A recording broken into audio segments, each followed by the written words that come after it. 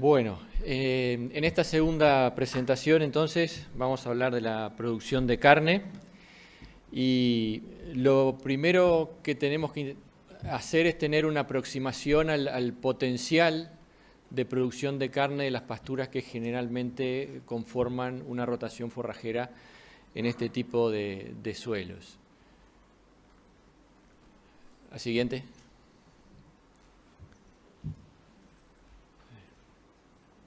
Es así que en los primeros años de funcionamiento del experimento de rotaciones, en donde cada una de las rotaciones que recién vimos se cuantificó la producción de carne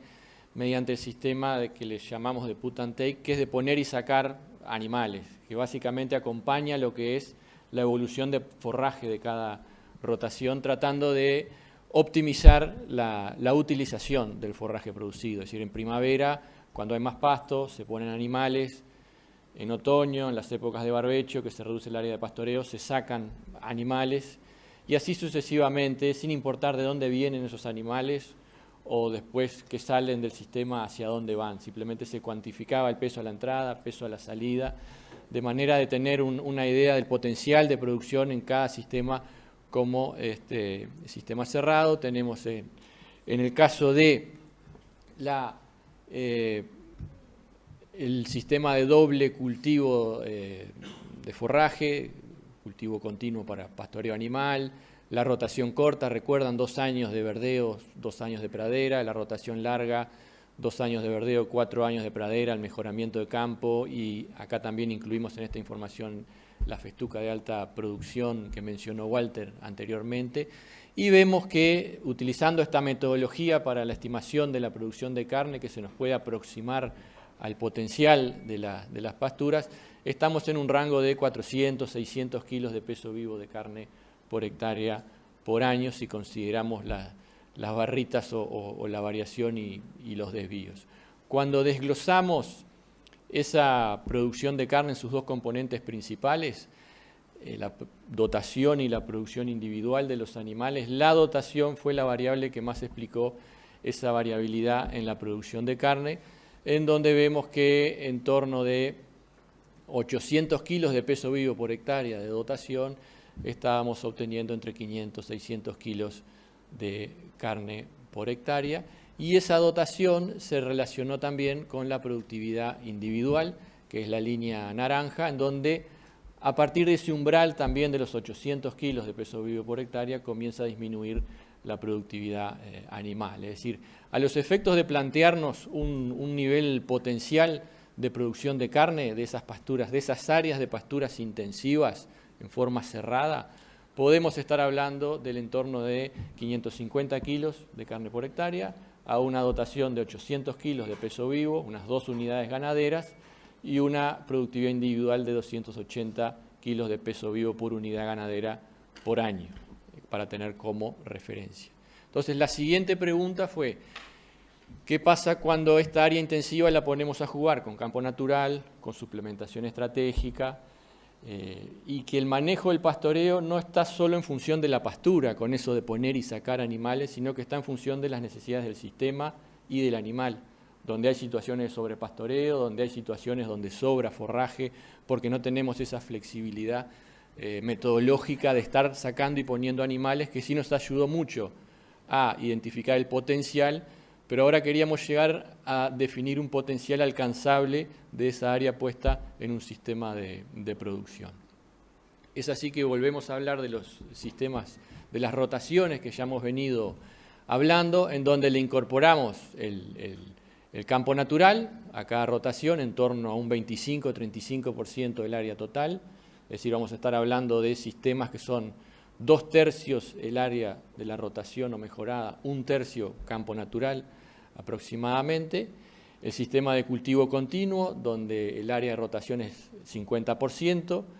mitad para pastoreo, mitad para grano, se complementa con el mejoramiento de campo, que incluimos en ese sistema, y el campo natural. La rotación corta, que se basa en una rotación en base a trébol rojo,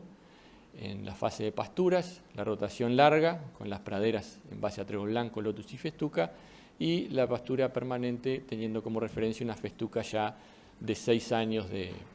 edad al momento de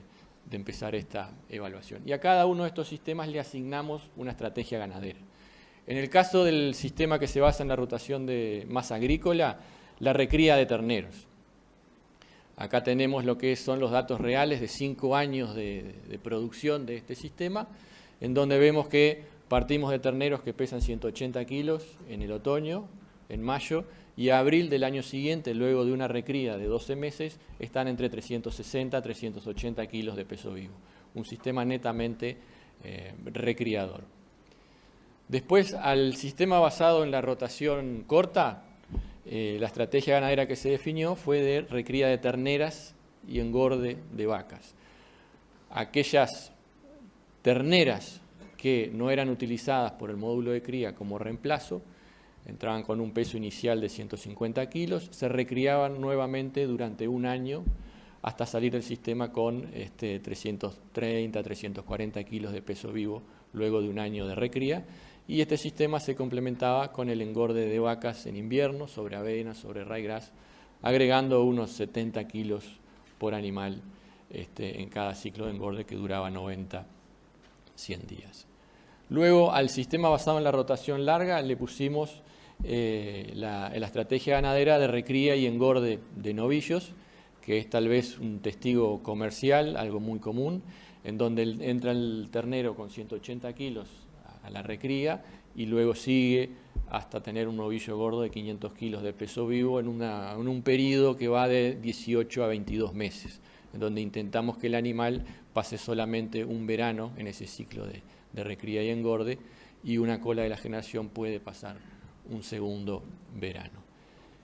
Y por último, en el sistema basado en la pastura permanente, en la festuca, lo que se le hizo fue una estrategia ganadera de engorde de novillos. Nos sacamos el problema de la recría del ternero en el primer invierno, ingresa un ternero de año en noviembre con 260 kilos aproximadamente y se engorda durante 12, 13 meses hasta llegar a un novillo de 480, 500 kilos de peso vivo final. Entonces, en definitiva, tenemos 4 sistemas que surgen de una combinación única de una rotación forrajera y de una estrategia ganadera. Aquellos sistemas que incluyen una rotación más agrícola, más intensiva, son más recriadores. Aquellos sistemas que incluyen praderas más largas, pasturas permanentes, son más engordadores y eran parte de los contrastes que queríamos cuantificar. La producción de carne en un promedio de 3 a 5 ejercicios, algunos sistemas fueron evaluados durante 3 años, otros durante 5 años, estuvo entre los 300 y 400 kilos de carne por hectárea, esto calculado sobre el área de pastoreo, se saca lo que era el área de cultivos agrícolas de la rotación y calculado en función del peso vivo en el campo, peso vivo en ayunos de los animales en el campo, no en el frigorífico. Esa variación entre 300 y 400 kilos de carne por hectárea, los sistemas más recriadores, recría de terneros, terneras, estuvieron más en el entorno de los 400 kilos, los más engordadores en torno a los 300, 350, 300 kilos por hectárea y en forma bastante consistente en los 3 ejercicios que se evaluó el sistema que estaba comprendido por campo natural y la festuca. Acá sin duda hay que ver los 3 años que coincidió con ese registro, 3 veranos secos a muy secos, 3 veranos primaveras y veranos niña, donde tenemos fotos de la festuca, que sin duda fue el sistema que sintió más las condiciones climáticas durante el verano, a diferencia de los sistemas que se basaban en rotaciones, en donde por su diseño incorporaban sorgo forrajero en el verano. Y esos 15-20 milímetros que llovían esporádicamente a un sorgo forrajero ya le ayudaba para la implantación o para asegurar un rebrote, pero en un área de pastura perenne templada, esos 15-20 milímetros ni se veían. Entonces, sin duda eso marcó una diferencia entre este sistema de pastura permanente con los otros que tenían rotaciones. En los sistemas que tenían rotaciones, y acá vamos a evaluar lo que fue la los componentes de la producción de carne, vemos que eran la recría de terneros, la recría de terneras, más el engorde de vacas y el recría y engorde de novillos. Nuevamente la dotación fue la variable que explicó más la variabilidad en producción de carne, en donde a un umbral del entorno de 600, 650 kilos de peso vivo por hectárea, nos daba el máximo de producción de carne entre 400 y 450 kilos, en donde ven que a una misma dotación los sistemas más recriadores producen más carne que aquellos que combinan recría y engorde. Del mismo modo, la dotación también se relacionó con la productividad individual de los animales, expresado en kilos de peso vivo por unidad ganadera por año, aunque el óptimo de la dotación se corre un poquito hacia atrás, en donde vemos que en torno a 550 a 600 kilos de peso vivo por hectárea de dotación es donde estaba obteniéndose la mayor productividad por unidad ganadera,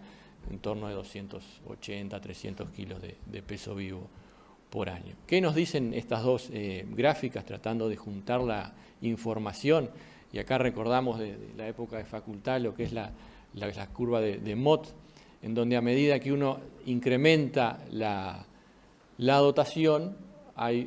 comienza a disminuir primero la productividad animal, que es la línea punteada, la productividad de carne por hectárea se incrementa hasta un máximo y luego desciende. Y hay un rango de eficiencia u óptimo que se define un poquito antes de la producción máxima de carne por hectárea y un poquito después de que empezó a disminuir la producción individual. Bueno, para estos sistemas de rotaciones que estuvimos evaluando, que implican de nuevo 2/3 de la rotación, 1/3 de campo natural, que en nuestro caso era todo el predio, digamos, ¿no? Todo el sistema, pero en los predios comerciales pueden ser módulos dentro de un área más grande, módulos intensivos de producción dentro de un área más grande, en donde como referencia podemos tener dotaciones de en torno de entre 500 y 600 kilos de peso vivo por hectárea, más sobre los 600 kilos para sistemas recriadores, más sobre el 500 kilos para los sistemas que tienen una mayor proporción de kilos de engorde. Sin duda bajamos un escalón con respecto al potencial que nos habíamos marcado inicialmente,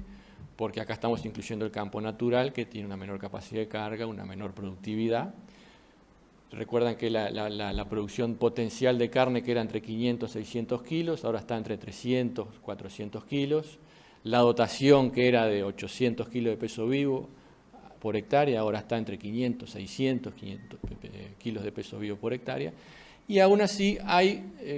pensamos que estos resultados están por un escalón arriba de lo que son los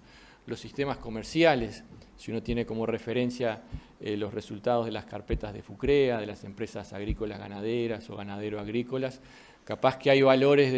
de producción de carne en torno a los 250 kilos, 280 kilos, dotaciones de entre 400 kilos de peso vivo por hectárea, es decir, un 25-30% inferior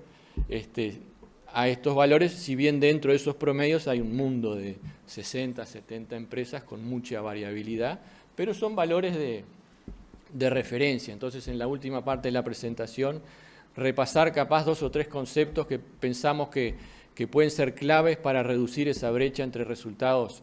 experimentales, pero que son a nivel de un manejo semicomercial. No estamos hablando de manejos de parcelas ni de tratamientos, sino que son sistemas que funcionan a gran escala, como vimos. El primer factor que resulta importante es la elección de la estrategia ganadera. Por suerte hoy tenemos una gran diversidad de estrategias ganaderas, que no lo había hasta hace unos años antes, y cada estrategia ganadera tiene una curva de crecimiento animal atrás,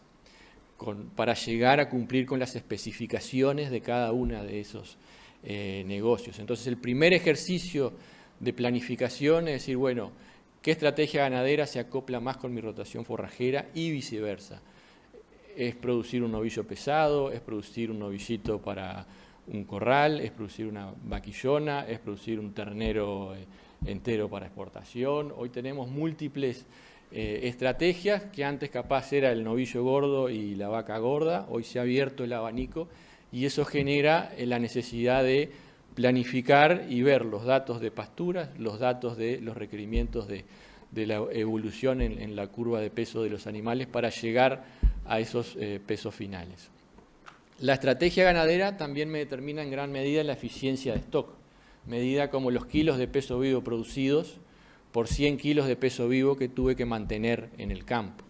En los sistemas recriadores esa eficiencia de stock estuvo en torno del 70%. 70 kilos de peso vivo producido por 100 kilos de peso vivo de carga. En los sistemas más engordadores esa eficiencia bajó a 55-60%, es decir, una disminución de 15-20% en la producción de carne únicamente por la categoría que yo estoy utilizando, asumiendo una calidad de pasturas similar entre los distintos